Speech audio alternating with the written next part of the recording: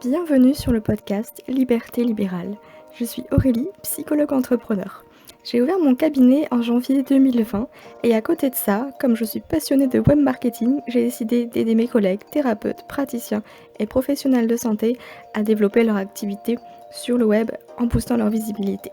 Ce podcast abordera donc les thématiques du référencement et du web marketing afin que vous puissiez vivre sereinement de votre activité. Je vous souhaite une bonne écoute. Bonjour à tous et bienvenue dans l'épisode numéro 15 du podcast Liberté libérale. Aujourd'hui, on va encore parler de référencement naturel, donc de SEO, mais surtout des 5 erreurs à ne surtout pas faire en référencement naturel. Parce que si obtenir plus de trafic sur son site est l'objectif de presque tout le monde, il y a des erreurs à éviter en la matière pour ne pas être banni par Google. Parce que oui, si on fait les choses pas comme il faut, on peut avoir des sentences qui sont pas très cool, du style être banni par Google, donc ne pas être indexé, ne pas être dans le moteur de recherche. Donc ce serait quand même un petit peu dommage. Donc aujourd'hui, on va aborder les 5 erreurs à ne surtout pas faire en SEO. Avant toute chose, si vous n'avez pas encore téléchargé mon guide gratuit spécial débutant en SEO, eh bien vous pouvez retrouver le lien directement dans la description de l'épisode pour avoir tous les conseils pour bien écrire sur internet et surtout avoir une séquence email pour vous donner des astuces afin de bien mettre en place votre stratégie SEO autour des mots-clés, etc., etc. Et sachez que la semaine prochaine, eh bien, il y a une petite formation qui va sortir à ce sujet. Donc j'ai hâte de vous en reparler. Revenons à nos moutons et commençons avec l'erreur numéro 1, qui est de ne pas prendre en compte les mots-clés. En référencement naturel, le travail des mots-clés est primordial. Et s'il y a une règle à suivre, c'est bien celle-ci. Une page égale un mot-clé. Alors, il est inutile de vouloir insérer des dizaines de mots-clés dans un seul et même article, car vous allez perdre Google. Cette règle de un contenu égale un mot-clé vous demandera certes un peu de travail, mais pour des résultats. Parce que si vous mettez 15 000 mots-clés dans un seul article, non seulement vous allez vous, perdre votre lecteur, mais alors Google ne va pas savoir où donner de la tête et sur quel mot-clé vous référencez. Donc ça n'a aucun intérêt. L'absence de recherche des mots-clés en amont de votre production de contenu va vous faire perdre un temps phénoménal parce que écrire pour écrire, en fait, ça sert à rien. Il faut penser à la stratégie de contenu, à la stratégie SEO, à la stratégie de référencement. Quel est l'objectif derrière la publication de votre article? En général, c'est de convertir ses lecteurs en patients. Et ça ne se fait pas n'importe comment. Et ça, je vous l'enseigne dans ma formation Visibilité Plus. Voilà, je vous révèle le nom en avant-première de ma formation qui va sortir du coup la semaine prochaine sur le SEO. L'erreur numéro 2, c'est le bourrage de mots-clés. Une fois que vous avez bien compris l'importance de ne traiter qu'un seul mot-clé par page, il est important d'utiliser le champ lexical de ce mot-clé pour ne pas risquer ce qu'on appelle le bourrage de mots-clés. Alors qu'est-ce que c'est le champ lexical d'un mot-clé? C'est en fait les synonymes. Vraiment pour varier un petit peu votre vocabulaire et ne pas répéter 15 fois le même mot. Non seulement c'est chiant, et en plus Google il aime pas ça, hein, c'est dangereux en fait pour votre référencement parce que à force de bourrer votre contenu en mots-clés, Google il va pas apprécier du tout et en vous pénalisant, il risque de vous désindexer, c'est-à-dire que vous n'apparaîtrez plus sur le moteur de recherche. C'est quand même un petit peu dommage avec le travail que vous avez fourni derrière, donc attention. Pour vous donner une idée, placez votre mot-clé une fois tous les 100 mots, à peu près. Hein, et puis surtout, utilisez des synonymes pour avoir un contenu riche et varié et bien faire comprendre à Google de quoi parle votre article, hein, votre page, et pour rendre aussi le contenu bien plus agréable à lire pour votre lecteur. Hein. Il faut avant tout penser à l'humain avant de penser au robot derrière. La troisième erreur, c'est de ne pas tenir compte du balisage.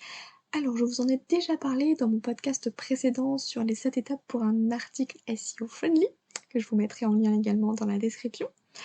La structure de votre page est hyper importante pour aider les robots de Google à comprendre de quoi parle votre article. Et là, je vais refaire ma métaphore, c'est un peu comme quand on écrivait nos dissertations au lycée. Il nous faut un titre, une intro, un sous-titre, enfin une sous-partie, une deuxième sous-partie et une conclusion, au minimum.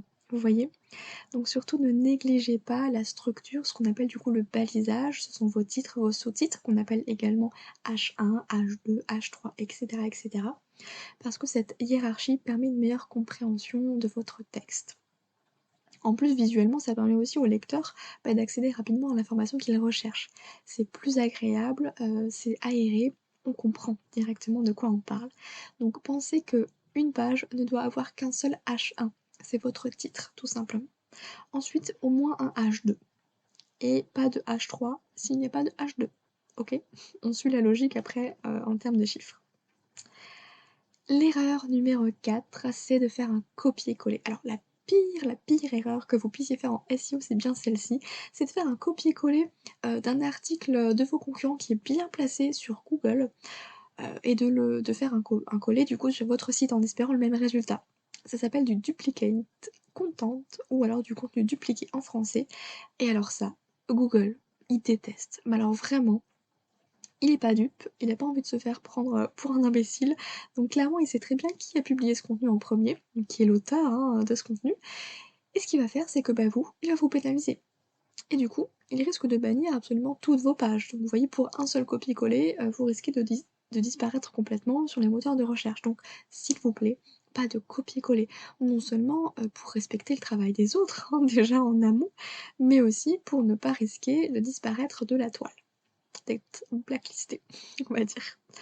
Mais je vous décourage également de faire un copier-coller de vos contenus à vous.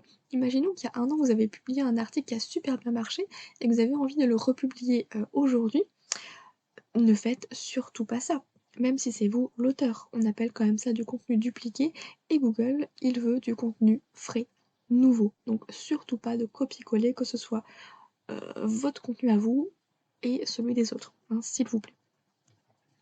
Enfin, dernière erreur que j'aimerais partager avec vous, la liste n'est pas exhaustive hein, bien sûr, mais au moins vous avez une bonne base sur laquelle vous appuyer.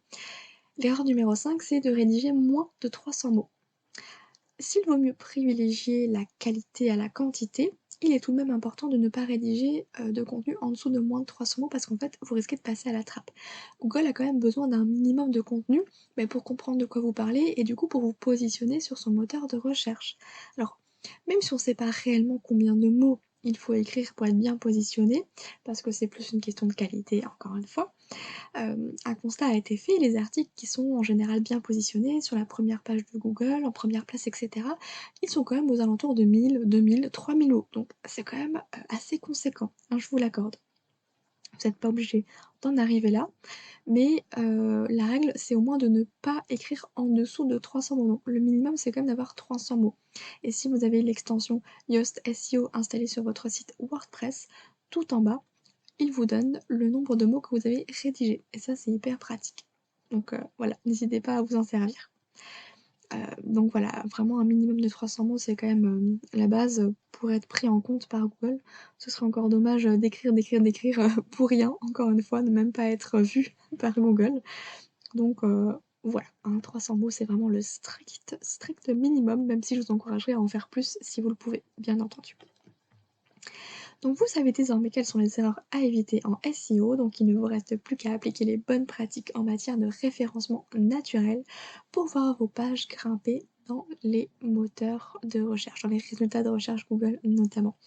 Et je vous rappelle que vous pouvez télécharger gratuitement le guide spécial débutant en SEO qui vous donnera vraiment toutes les étapes pour rédiger vos contenus pour qu'ils soient pris en compte par Google et donc être bien positionné. Et également avoir des petites astuces pendant plusieurs semaines en termes d'email justement pour vous aider à construire votre stratégie SEO, comment choisir les bons mots-clés, quels titres d'articles sont les plus intéressants, ceux qui font le plus de clics, ceux qui convertissent davantage, etc. etc. Et surtout pour être informé de la sortie de ma formation Visibilité Plus, donc qui sera sur le SEO, le référencement naturel spécial pour les thérapeutes, qui sera vraiment à un tout petit prix. Donc dès lundi prochain, il y aura le tarif de lancement.